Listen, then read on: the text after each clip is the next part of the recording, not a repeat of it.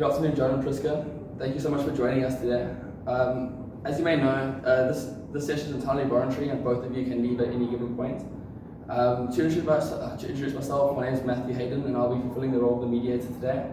My role as a mediator today is not to come up with solutions, but to push you towards developing solutions on your own terms. As such, I will not be a judge in this matter. The aim of today's session is to divulge into the respective issues and try to establish a rational solution. So we'll be looking into the basis of your conflict and means to resolve it through negotiation between you two. So, like I said, I'm not a judge, but however, I will guide you to and provide positive input where necessary. As such, mediation involves a dialogue between you two, and I ask you to please be respectful towards each other and towards each other's interests. Thank you. And then the outcome of this, or the successful outcome of this mediation, depends on your two cooperation. To start off proceedings today, I please invite John to share your concerns with us. Good afternoon, Matthew. Thank you for helping us today. The main issue for me is the limiting and restriction of my contact with the children. The reason for this limitation is because of over-exaggeration claim made by Priska that I have history of alcohol abuse as well as having an affair. They claim that I'm an alcoholic is ridiculous. I admit that I do drink during the week, but it's never a daily thing. It mainly involves having after work drinks with colleagues once, maybe twice a week at most. In addition to this, I never have more than 3 drinks and always get home before 7 p.m. So the claim of alcohol abuse is clearly an exaggeration.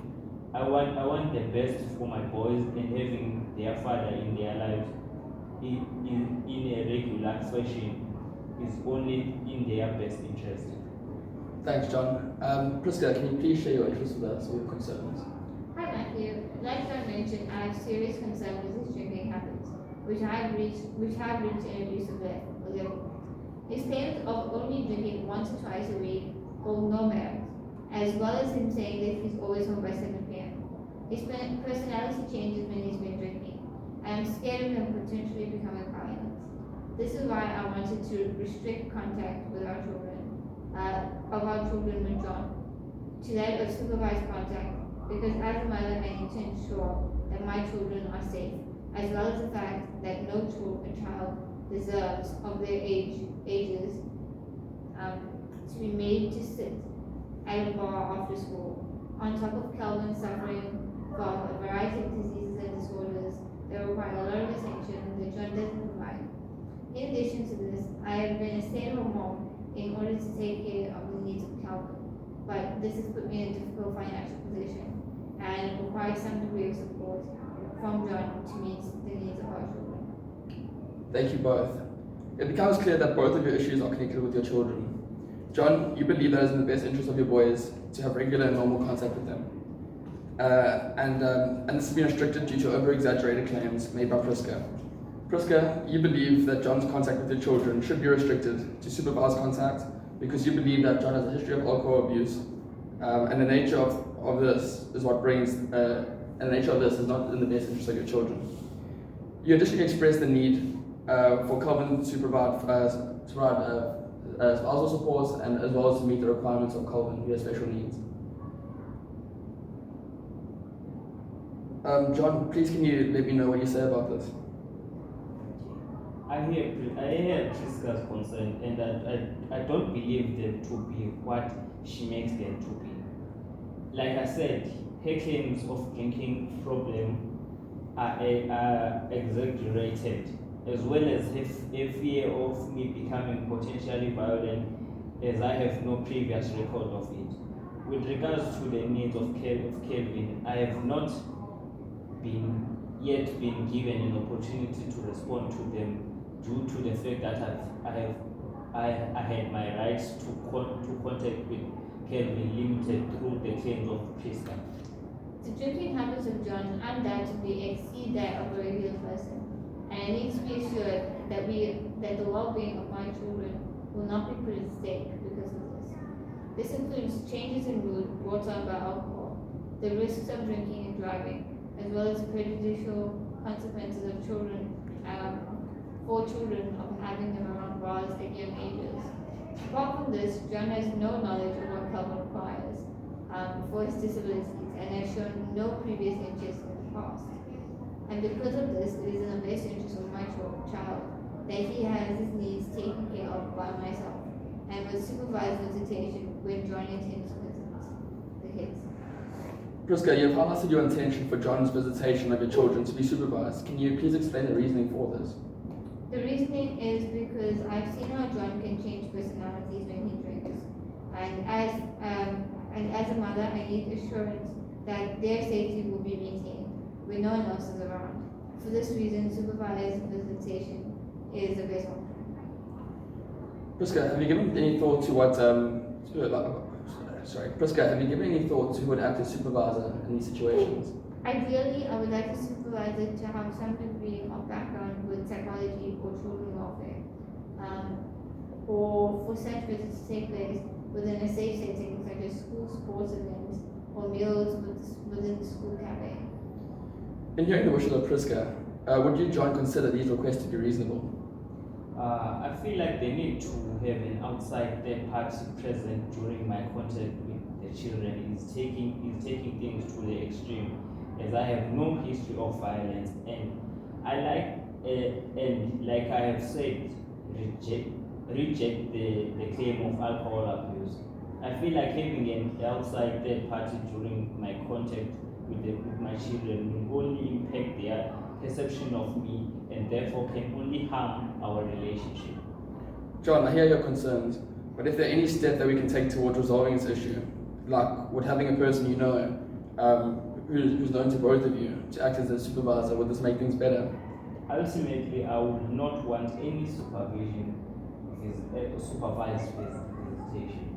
I would definitely consider a family member for this role. John, we understand your concerns, but would a family member as a supervisor reduce your concerns regarding contact with your children? Yes, it will definitely would. I am willing to compromise with to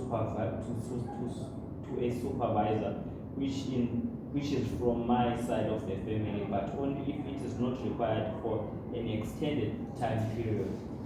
I would agree to either of John's parents acting as supervisor, but the period for which they are needed will have to be determined by John's ability to prove to me that he's a responsible parent and doesn't have a problem with alcohol.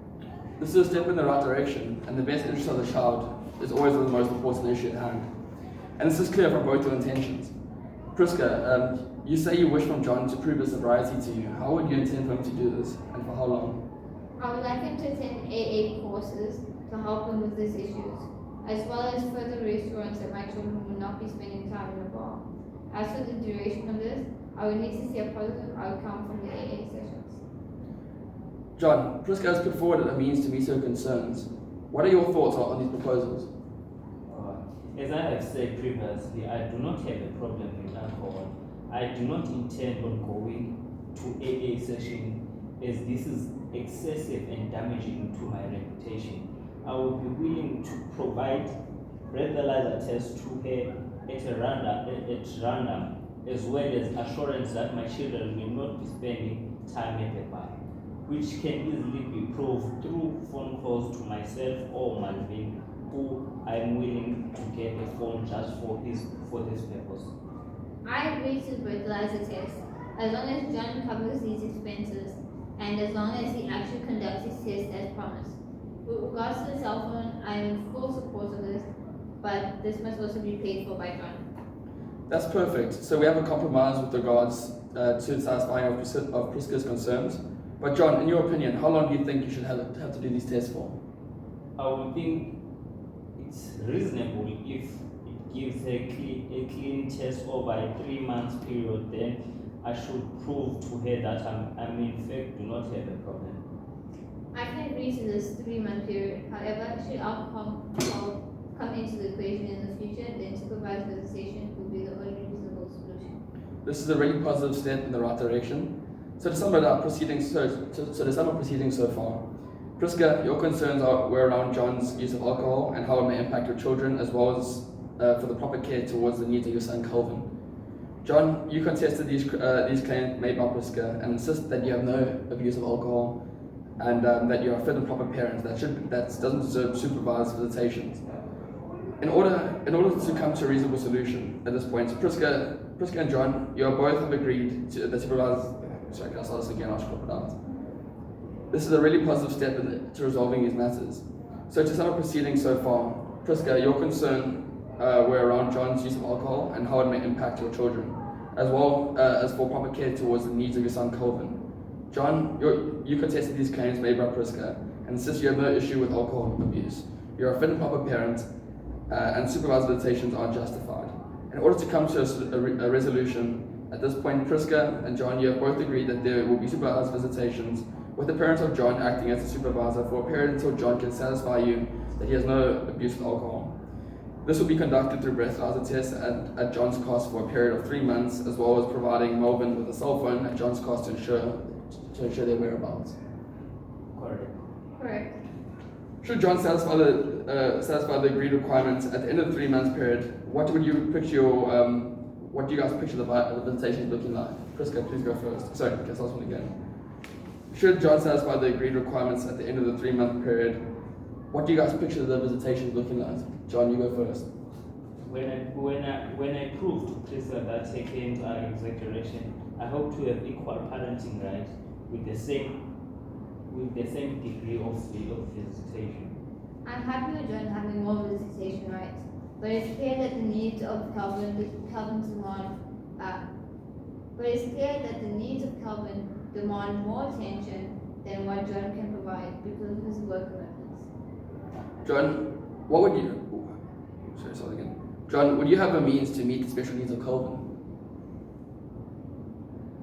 By myself, I am not because of my demand of work. However, I am willing and able to employ a tutor or other specialist to help him for the days he will be with me. Priska, does John's offer sound like a reasonable solution to the means of basically looking after Calvin's needs? I would have to say yes. If John is willing to follow through with this, then I agree. That's perfect. So to sum it up, the concerns around Calvin's best interests. John will provide professional care to Calvin for Calvin on the days in which he has visitation. I agree. Agreed. In this regard, what visitation schedule would suit you guys best?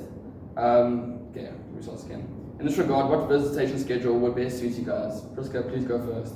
I would think it's best if I spend most of the weekdays with the children. Due to John's work demands and the ability for myself to take care of the children's needs with regards to school, lifts and extracurricular activities. However, I would like to still spend weekends and holidays with my children. I agree with Priska regarding her having the majority of visitation during the week, but I would say that it may be best should I have contact with the children every Thursday, Friday, and Saturday, with the children going back to their mother on Sunday night. With regards to school holidays, I would say it would be best if Priska take the children during the weekdays and leave the children with me for weekends. However, I will say that it is reasonable if I have the children on days outside of this should I take a leave.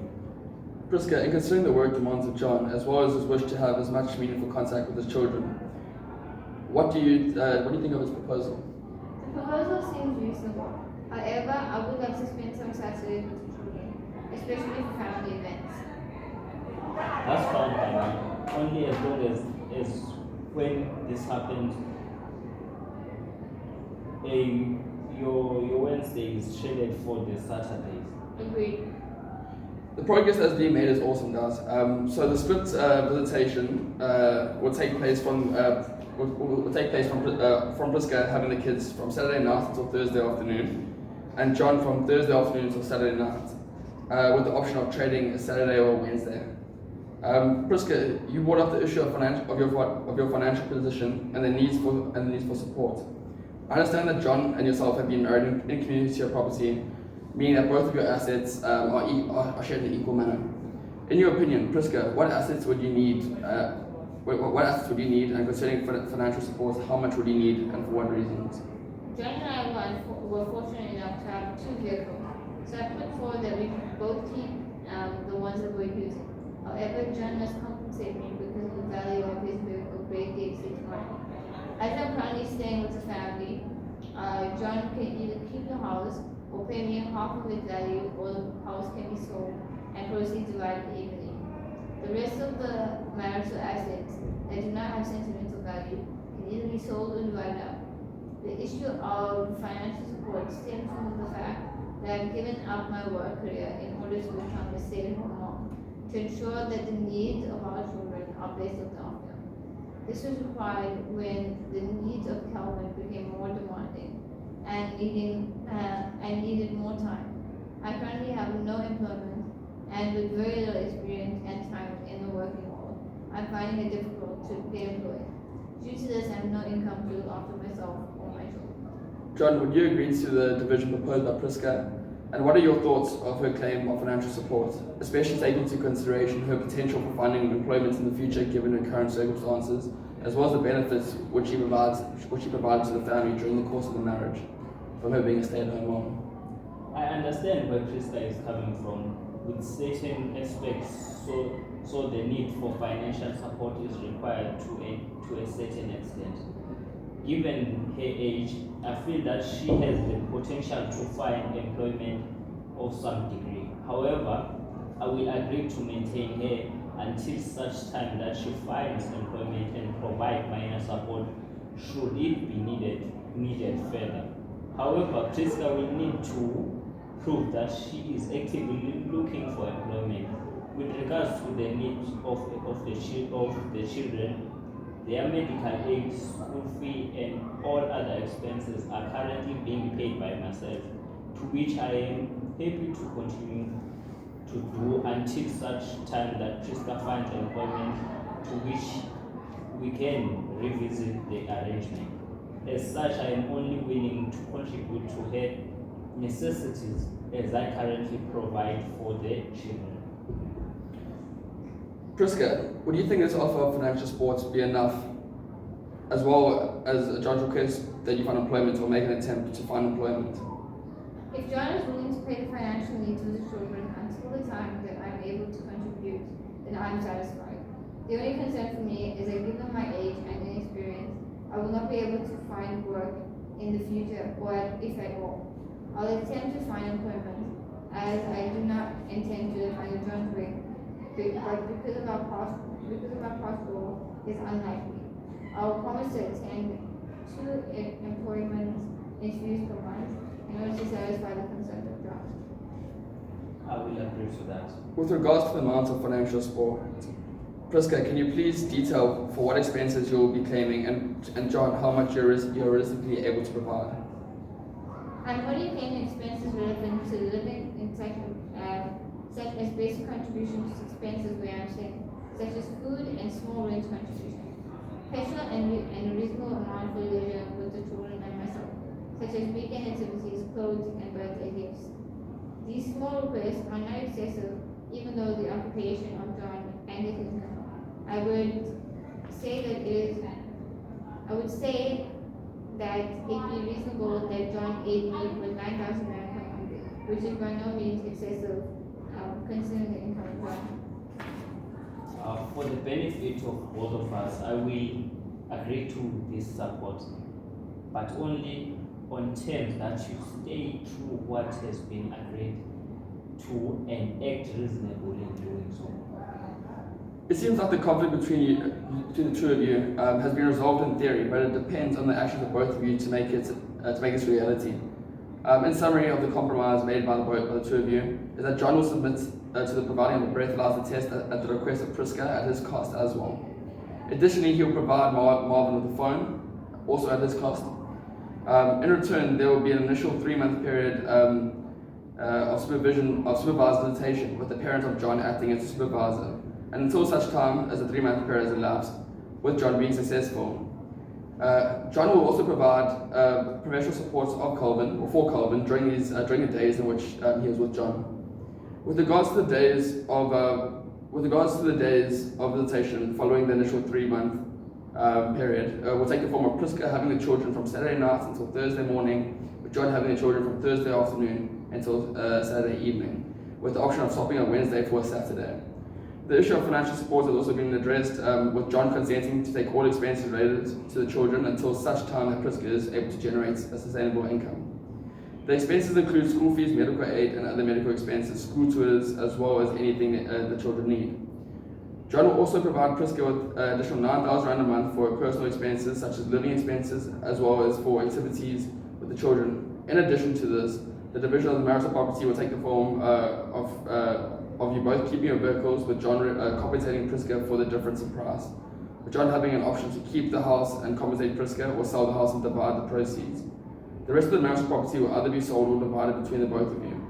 John, you have not given an answer with regards to the house, but since it's a very important decision, you may have time to think about your decision and provide me with the answer later on, which will be concluded in a separate contract. Is this what you both intend? Yes, Yes, it is. Thank you to both of you for engaging in such a positive manner in such a difficult situation. This agreement is very reasonable given the concerns of both parties. The agreed terms with regards to the visitation are connected requirements, as well as its terms with. Okay, never mind. It's done now. This also was a waste. No, something got left out. Okay, never mind. Didn't. Thank you, guys. Thank you. How long?